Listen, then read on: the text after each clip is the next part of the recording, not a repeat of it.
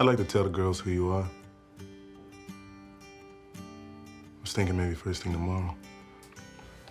They'll have a lot of questions. Whatever they want to know.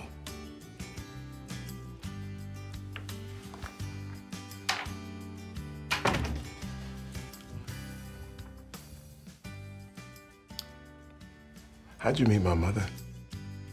The end moved me, where you go back to your father, and just on dailies, it made me like, sometimes you start feeling that thing, you're like, oh crap, I'm watching dailies on my computer, something's welling up in me and I don't, you know, what's happening, but it was the end where you go in and you make that move to go ask William to tell you a little bit about himself. No, I totally remember. So William has been living in our house now for like a week, right?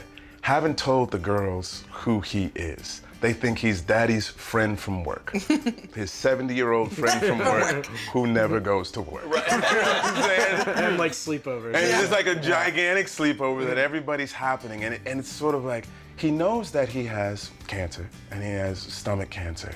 And so this person who he's waited such a long time to have back into his life, right, could literally be gone at any particular point in time. How close do you allow yourself to this particular individual? How close do you allow your family, you know, to get close to someone who they could fall in love with just to have them go away? So it's a real sort of like debate. I mean, his wife asks him like, what's the plan? Like, how long is he going to be here? And he's like, I just want to get him to the doctor's appointment and see if he's going to make it past Thursday. Right. And then we'll take it from there. Because he's still, it's all on the fly. It's really just like, I don't have a plan. I know what I want, and I don't even know if what I want is a possibility. Because I think Randall is the kind of person who's used to being able to have things in control, and he's introduced something into his life that he does not have control over. Yeah. And so now he's just trying to be like, okay, now what do I do next? And you got to add to the fact too, I mean, his prognosis is not good. So it's like not only like that moment where you kind of open yourself up to him at the end of the episode, even in the dailies watching it, it's like, there's a real commitment. Like, you brought this guy home, kind of losing your mind a little bit, trying to tap into something, and now you kind of got him through a doctor appointment, and now like the information has been received. You know what the situation is. Sure. And it's like, am I going to dip both feet and you know, stop dipping the toe in the water, put the whole leg? And he does make the decision to tell his girls that this is their grandfather. Yeah. And in the next episode, you hear them refer to him as Grandpa for the first time, which is really sort of a special moment. But it's trying to, there's secrets, but not on the case of like just trying to be secretive, but really like how best to like protect the hearts. Of course. Protect his own heart, you know what I'm saying? And you took your grief and you channeled it into action. You willed yourself forward with positivity, but Rebecca is just, she's gonna have to do this in her own way, and you're just gonna have to give her the space to do it.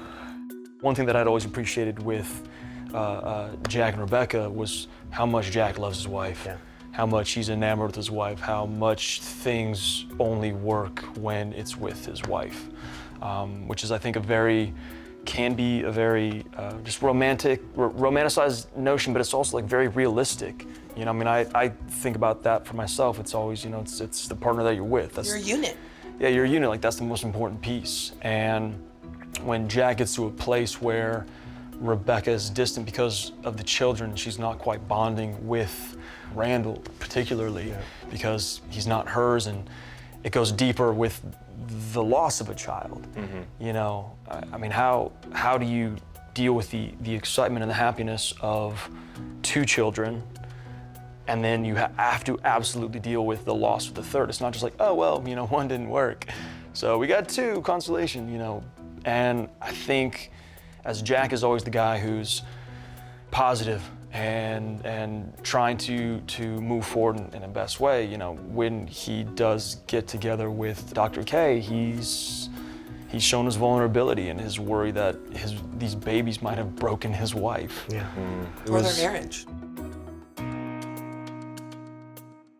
Oh, and when you got her on the phone, tell her I'm only interested in doing heavy drama. We're not moving all the way to New York City so I can do some lame off-Broadway comedy. You want me to go with you?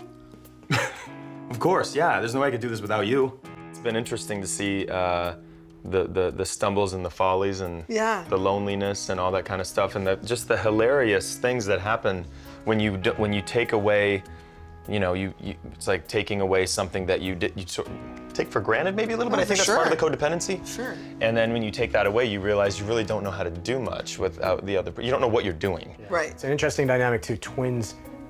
Biological twins obviously can have this connection that is almost mystical.